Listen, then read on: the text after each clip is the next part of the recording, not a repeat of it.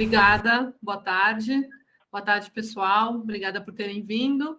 Hoje a gente vai falar de agilidade organizacional e um tema importante que é aonde as empresas falham, né? Por que as empresas falham? Então, antes de mais nada, me apresentando rapidamente, eu sou a Bárbara Pedassi, sou líder de governança ágil na Whirlpool, sou publicitária de formação, minha trajetória de carreira sempre foi pautada no segmento financeiro, então trabalhei muitos anos Citibank, Itaú, até vir parar na Whirlpool. Estou na Whirlpool desde 2019. Hoje sou uma das embaixadoras do Mestre GP, então aqui do nosso parceiro. E sou professora especialista de agilidade, de Business Agility na Digital House. Então, aqui um pouco para vocês me conhecerem. Eu vim falar hoje sobre estruturas organizacionais, né? Por onde as empresas começam a trabalhar com agilidade, aonde elas falham, por que elas falham. Então, antes de mais nada, só fazendo um highlight importante, o que é agilidade? Né? Só para garantir que estamos todos na mesma página. Agilidade é um conjunto de valores e princípios que orientam como nós trabalhamos juntos e como interagimos com os nossos clientes. Não é exatamente sobre velocidade, então a relação de velocidade com agilidade está sempre pautada em antecipação de valor. Quanto antes você consegue testar com o seu cliente, escutar o seu cliente, inspecionar o seu cliente, com maior velocidade, você vai reagir às respostas do seu cliente. É sobre isso que a gente vai falar e sobre a capacidade de se adaptar rapidamente e responder às mudanças. Então, aqui a gente está falando basicamente de time to market e capacidade de responder às mudanças, que normalmente não é simples. E para isso acontecer, é essencial criar uma cultura de entregas incrementais, de valor em ciclos curtos, com incansáveis melhorias contínuas. Quando a gente fala sobre isso, é sobre você entregar pequenas entregas de valor em pequenos ciclos, e aí o ciclo ele tem que ser contextualizado à sua história, né? Pode ser anual, semestral, por quarter, quinzenal, mensal, semanal, vai depender do que você está falando, do produto, do processo, do serviço, do contexto que você está tratando.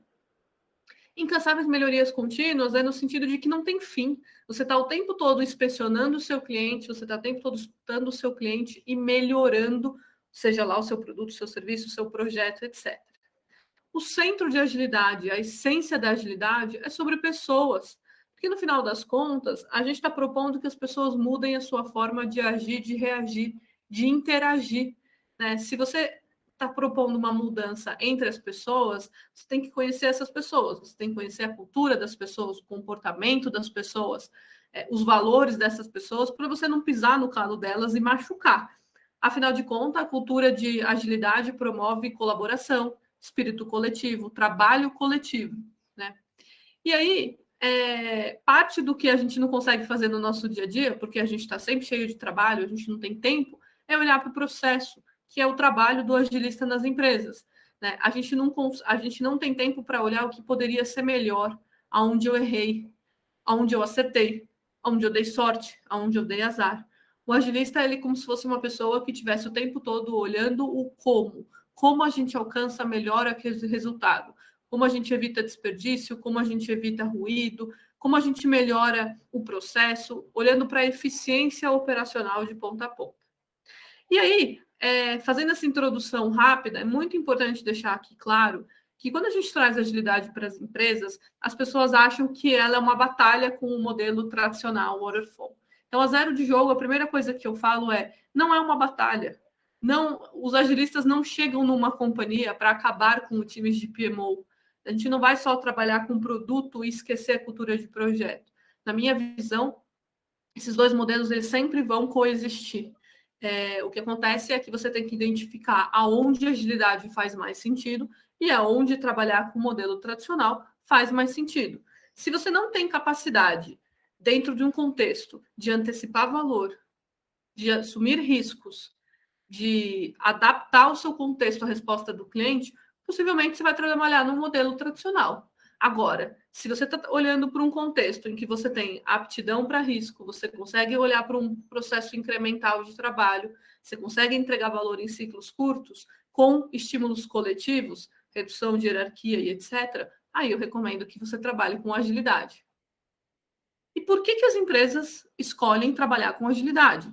Porque o mundo está mais rápido, o mundo está mais conectado, os consumidores e as organizações estão em constante mudança, em constante transformação. Um exemplo que eu sempre trago nos nossos bate-papos é tão simples quanto olhem a tela do seu celular. Eu tenho certeza que os aplicativos que você usava antes da pandemia eram uns, atualmente são outros, e amanhã pode ser que você já esteja baixando novos aplicativos e interagindo com novas marcas. Então, a gente está o tempo todo se relacionando de forma diferente, criando novas necessidades.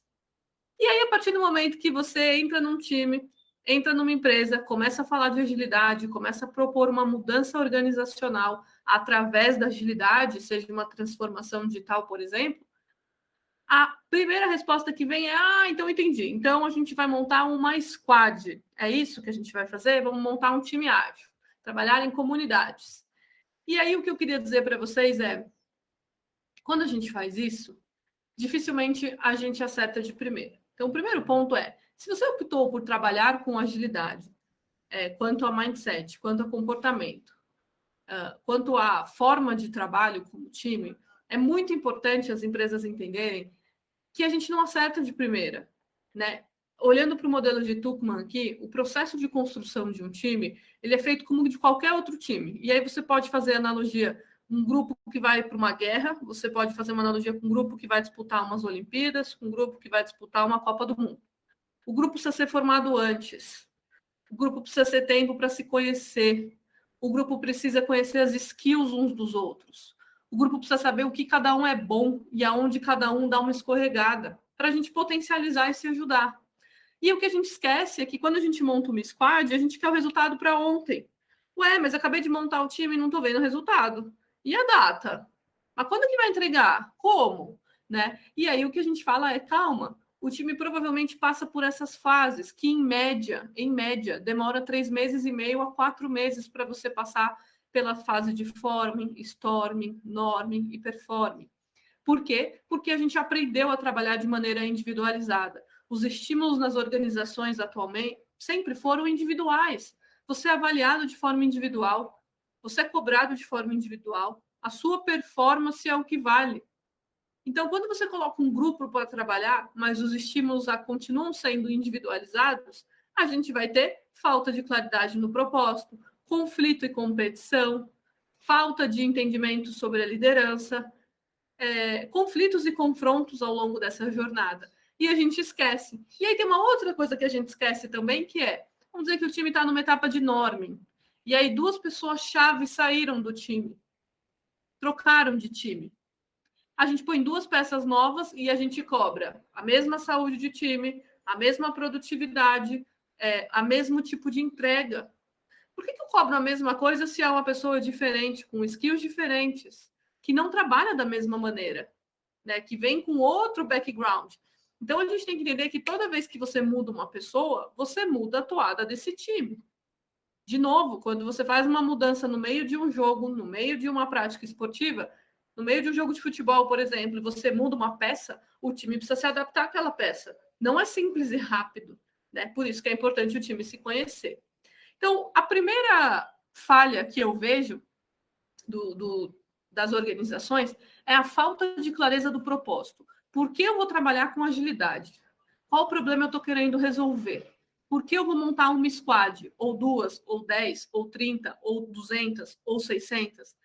Ainda que não seja sobre o volume de times ágeis, e muitas organizações discutem sobre isso no seu C-Level, do que a gente está falando? Que problema que esse time vai resolver? Qual é o KPI ou um indicador que resolve esse problema desse time? Como eu vou saber se esse time está indo para um caminho de sucesso? Quantas pessoas precisam sentar nesse time? Quais pessoas precisam sentar nesse time para resolver esse problema? Por que essas pessoas precisam estar sentadas aqui? Elas precisam estar full-time ou part-time? Consigo fazer de maneira incremental? Esse time vai ter autonomia para propor caminhos diferentes? Ou não? Ele vai estar estruturado num escopo fechado como de um projeto. Esse time tem habilidade para pensar de forma incremental? Então, tudo isso que a gente fala aqui, essas perguntas as lideranças, as empresas, os times deveriam fazer a ser formado? Se você não tem clareza do problema, não tem consciência do indicador, não sabe quantas pessoas vão sentar ali, não esse time não vai ter um escopo aberto para propor uma relação de autonomia, não deveria ser um time ágil, porque um time ágil é diverso, é multidisciplinar e trabalha com autonomia. Então começa invertendo. Que problema você quer resolver ao invés de montar uma squad para depois discutir o problema que essa squad vai resolver? Especialmente porque a linha linear que a gente trata da expectativa de um time é totalmente diferente da realidade. A realidade é outra. A gente trata de problemas e a gente precisa se adaptar o tempo todo. Então, a segunda falha que eu vejo as organizações perderem ao longo da sua trajetória é o conhecimento sobre diversidade. E que você não fala de diversidade sem falar de inclusão. Inclusão é ter lugar na mesa, é ter voz ativa. Não é você ter uma cota dentro da sua empresa. É você ter clareza, especialmente a liderança, de que essas pessoas fazem parte do time e têm a mesma voz dentro do time. E quando eu falo de agilidade e eu falo de time multidisciplinar, como que eu vou ter um time multidisciplinar se eu não tenho diversidade? Então, a importância de olhar para a diversidade muito além de uma cota ou de uma meta dentro da companhia. É muito mais sobre trazer bagagem, diversidade de raça, cor, gênero, identidade de gênero, estrutura, bagagem de vida, bagagem de carreira. Quanto mais rico, quanto mais diverso o seu time, mais rico ele vai ser na troca. E aí, quando a gente pensa num time que deixa de ser um time tradicional, hierárquico, em que tem uma pessoa comandando, e ele passa a ser um time cíclico, em que não tem dono, é sobre isso que a gente está falando. Então, como a gente constrói isso dentro das organizações? Como a gente dá autonomia para os times serem autossuficientes, terem autogestão, entenderem o propósito e por que cada um está sentado ali? Quando esse time é montado, ele tem que ter muita clareza qual. Eu sou a Bárbara, eu sou agilista, eu entendo claramente qual é o meu papel dentro desse time, que problema a gente vai resolver e qual é o KPI que mede. Normalmente a gente não faz isso, ou talvez faz 1, 2, 3 times. Quando está no 40, a gente já esquece propósito, monta time, rollout, squad, Ctrl+C, Ctrl+V. Aí está um grande erro das organizações. Outro ponto que eu vejo, quando a gente monta um time multidisciplinar, é muito importante a gente ter clareza das principais disfunções de um time. Esse livro é muito bacana, eu recomendo fortemente, é um livro super curtinho, que fala que, assim, quando você monta um time, você passa inevitavelmente sobre as etapas dessa pirâmide. Primeira etapa é que você começa a identificar conformismo. Ah, era assim, falaram que não dá para saber, eu cheguei agora, já tentaram. Primeira coisa. Segunda coisa, fuga da responsabilidade. Não, não é comigo, não, é com fulano. Ele que está fazendo, eu não sei, minha parte eu fiz, agora está com ele ali. Ué, mas vocês são um time. Você não sabe o que vem antes, o que vem depois de você? E se aquela pessoa está ali patinando, você não consegue estender a mão e ir lá ajudar? Terceira coisa, falta de comprometimento. Falta de comprometimento, e aí vem tanto na sua entrega, no timing, na perfeição. Perfeição no sentido de maestria, não de ser 100% perfeito, porque tem habilidade para errar. Aversão ao conflito, confundindo conflito com confronto, vou falar disso mais para frente, mas a base dessa pirâmide é falta de confiança. Se um time não tem confiança, se as pessoas não criaram essa relação de confiança, todas as outras etapas dessa pirâmide vão acontecer inevitavelmente como uma disfunção. Então é muito importante trabalhar a relação de confiança do time entre o time, se fortalecer como time e para depois se fortalecer para a liderança. Né? Para a liderança, inclusive, também confiar nessas pessoas. Então, a terceira coisa que eu vejo aqui como uma falha das organizações é a habilidade para mudar a rota e se adaptar ao novo. E aí vou dar um exemplo muito simples. A Coca-Cola, numa coletiva de imprensa com o Cristiano Ronaldo pegou a Coca-Cola e colocou a Coca-Cola de lado e fez uma carinha de que não toma Coca-Cola, abriu um copinho de água e tomou um copinho de água. Imediatamente, no mesmo dia, a Coca-Cola lança propaganda de água, se conecta com o Cristiano Ronaldo e começa a divulgar a sua marca de água. Isso é time to market. Isso é habilidade para mudar e se adaptar ao novo. É sobre isso que a gente está falando. Será que você tem habilidade para escutar o seu cliente, não precisando ser o Cristiano Ronaldo, e trazer para dentro de casa a dor do seu cliente e melhorar o seu produto, o seu serviço? Ou não? Não, imagina, isso aqui está estruturado há anos. Tem um time olhando para isso, tem um time de projetos alocado para fazer isso, né? Porque se o seu cliente fala para você em determinado momento que ele não gostou, que ele não curtiu e que ele não está usando o que você está oferecendo para ele, o que você responde? Mas é que eu gastei 100% do meu dinheiro, 100% do meu tempo, tudo que eu tinha eu gastei. O projeto já foi entregue. E agora eu preciso priorizar numa outra release.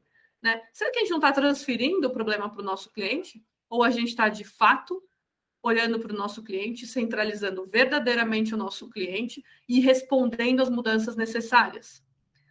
Então, a quarta coisa que eu pontuo aqui, quarto item como falha, é foco na solução e não no problema. Exemplo, quero montar uma squad. Por quê? Ué, porque eu quero ter um time ágil. Por quê? Porque a agilidade é bacana. Por quê? Porque está em moda. Não. Por que você quer trabalhar com agilidade? Por que você quer ter uma squad? Qual o problema essa squad vai resolver? E se a gente foca na solução, a gente fica completamente cego das possibilidades e caminhos que os problemas que podem ser resolvidos. E aí, olhando para a liderança, uma grande falha que eu enxergo é a liderança ainda tem o hábito de entregar para o seu time o escopo, o prazo e o custo. É quase um briefing. Olha, discutimos aqui numa sala de estratégia, entre quatro paredes e porta fechada, e é isso que vocês precisam fazer, tá, time? Cara, isso acabou. Inverta a pirâmide. Hoje a gente está falando que a liderança entrega para o time. Eu tenho até tal custo com até tal prazo para chegar neste resultado. Time, vocês, multidisciplinares, diversos, me ajudem. Quais são as hipóteses? Quais são os inúmeros caminhos que a gente pode fazer para chegar até ali? Estimula o time ao problema, ao resultado que você quer alcançar.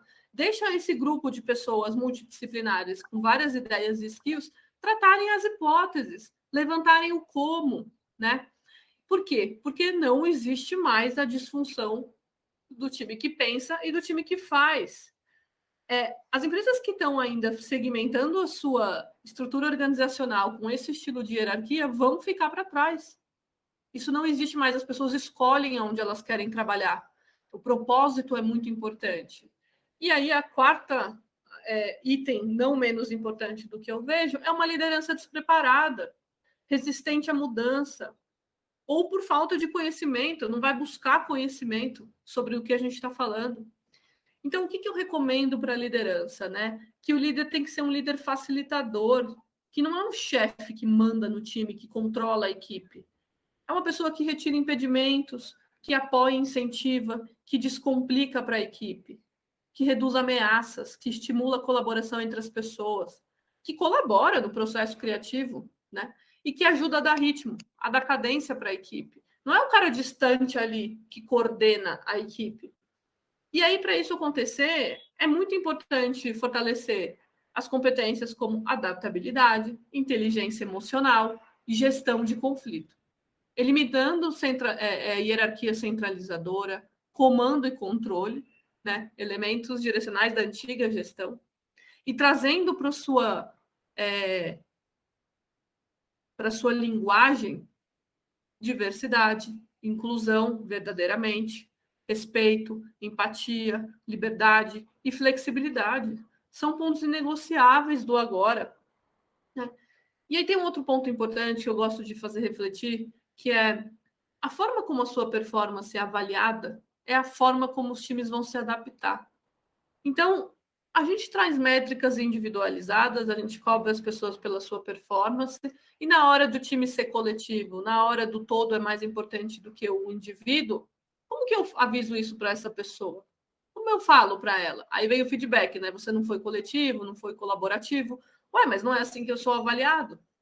Então, parte do se adaptar e responder às mudanças é qual é a capacidade que a gente tem dentro das nossas organizações de revisitar o modelo meritocrático, o modelo de recompensa para estímulos coletivos. Será que a gente é capaz de fazer isso? Porque aí muda o todo. Porque daí eu estou mudando as pessoas, porque daí eu estou mudando a cultura, a essência da agilidade.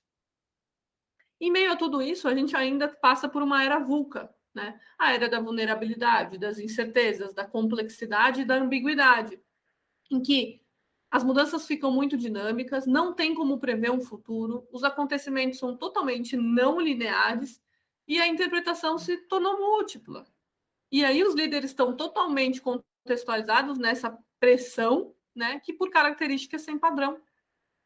Então, em meio a tudo isso, o líder precisa lidar com a mudança, precisa lidar com as incertezas, com a complexidade, com a não exatidão, né, que dá essa sensação de caos.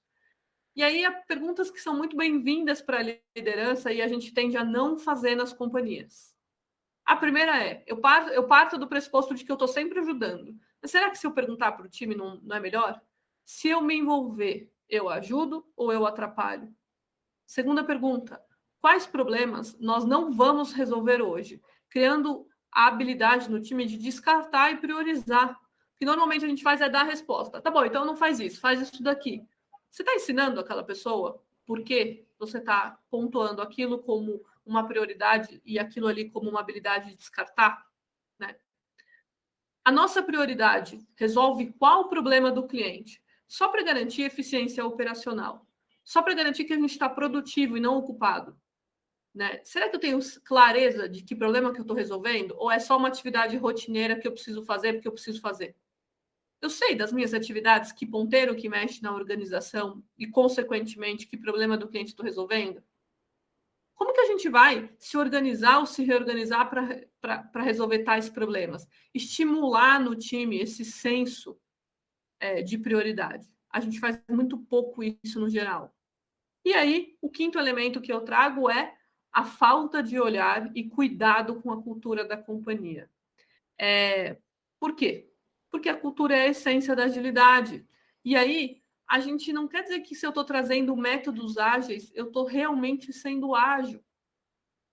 Normalmente, a gente traz papéis, ferramentas, práticas, processo para dentro de casa e deixa a cultura para o final. Mas a cultura é o que faz as pessoas sobreviverem ali dentro de casa. É o que fala por si só. Cultura é o que acontece quando não aquelas palavras lindas que você tem no escritório. Empatia, colaboração, felicidade. Não é sobre isso, não.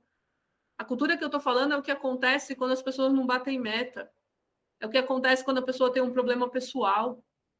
É o que acontece quando a gente está cobrando ou não cobrando o horário das pessoas de trabalho. Eu não estou controlando a minha equipe, quando eu estou olhando para a felicidade e performance da minha equipe.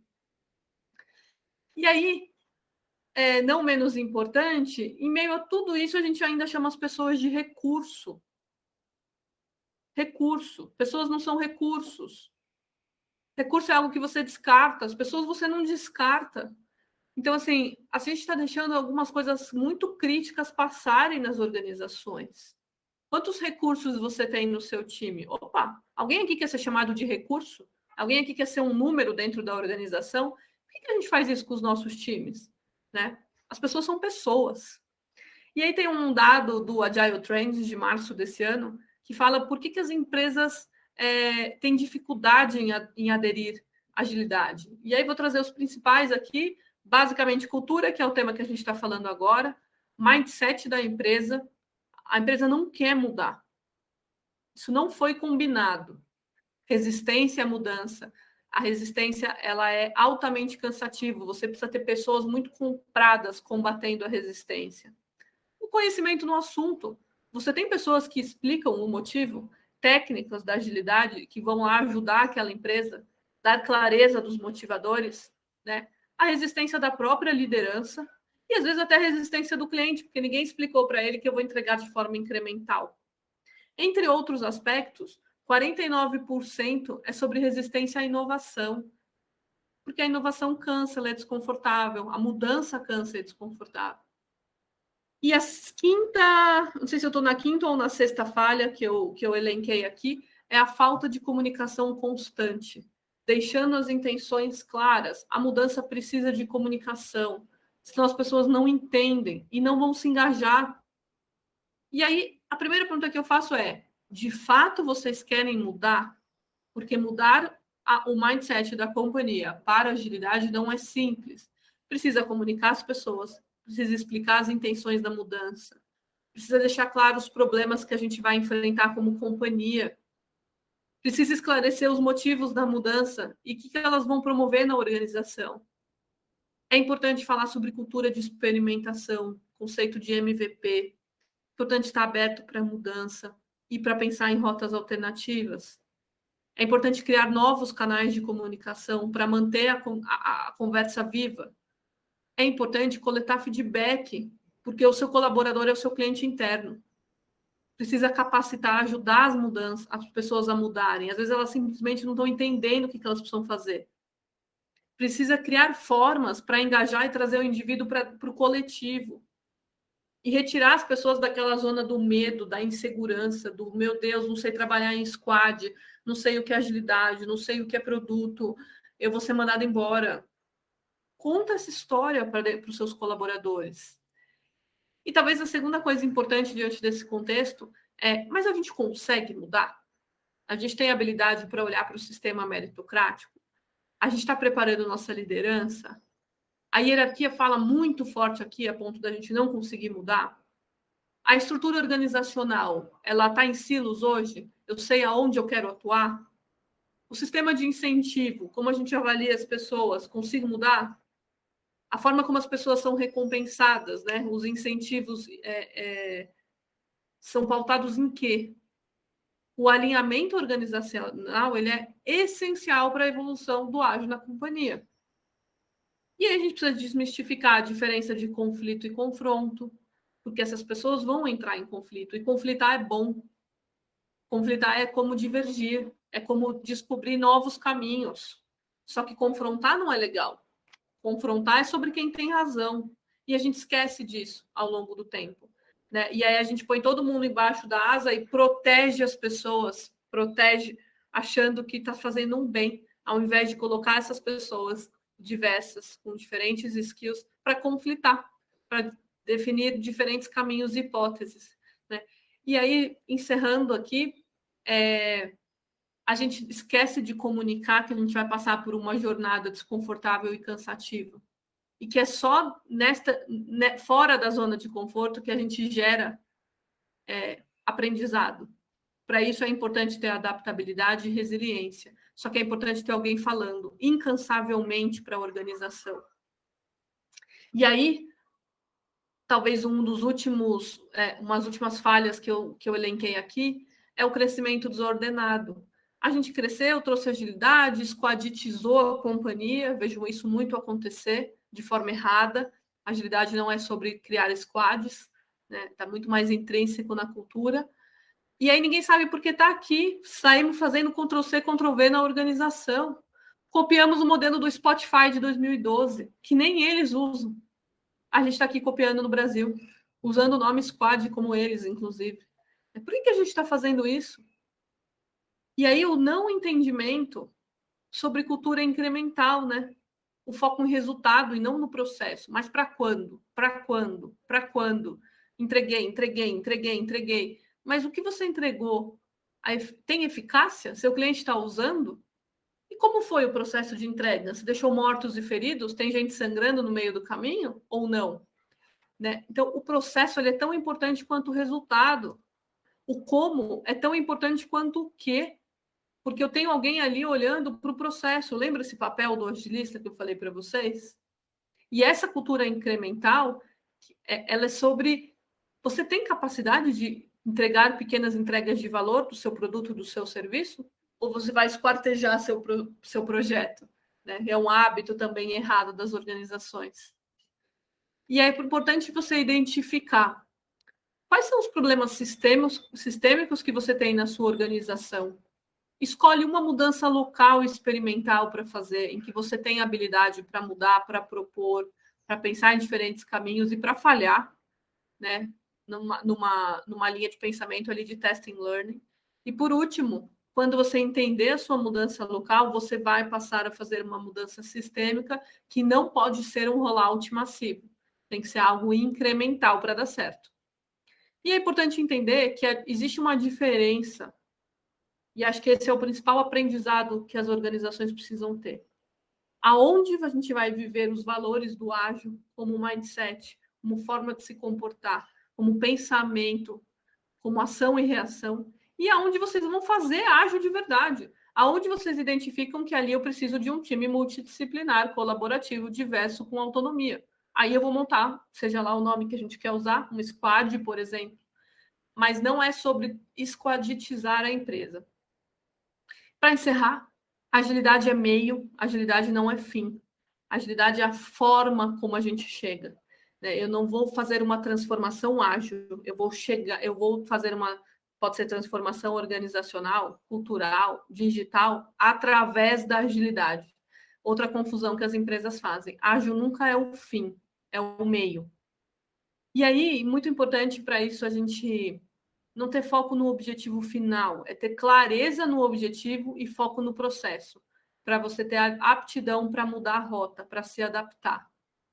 E aí eu fecho aqui a minha fala com: agilidade é uma mentalidade. Né? As empresas falham porque elas não entendem que é olhando muito mais para dentro da cultura, das pessoas, da organização, que a mudança verdadeiramente acontece. Não é se inspirando no modelo Spotify, não é copiando o que está acontecendo no mercado, é entendendo a cultura da sua organização e trazendo agilidade para o modo de pensar e de agir. É isso, muito obrigada. Encerro aqui a minha participação. Fiquem à vontade para me procurar. Deixo meu contato aqui para a gente conversar mais. Obrigada.